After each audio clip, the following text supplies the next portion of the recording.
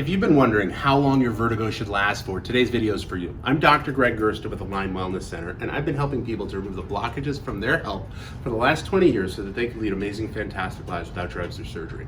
So vertigo is a very complex issue that can be caused by a variety of different things. The length of time that you wind up experiencing what I call the vertigo spins can really truly vary, and it varies based upon what is the trigger that's causing you to have the spins. How long have you been having that exposure in the past?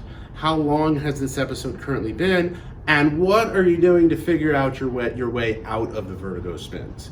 So what causes the vertigo spins is really, I've found, been based off of 4 key things.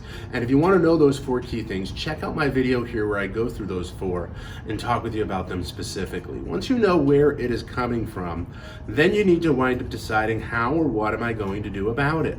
Okay, for many people, they wind up lying in bed and not doing anything, and that typically isn't the best answer. Although if you do lay there long enough, typically your vertigo spins will go away, but not always.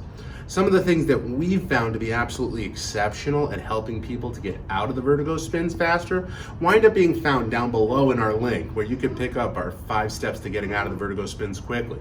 They involve things you could do at home when you need to see a provider and knowing what's going on. Once you've wound up figuring out and taking those steps, if you're still having challenges and you're stuck in the vertigo spins, you need professional help.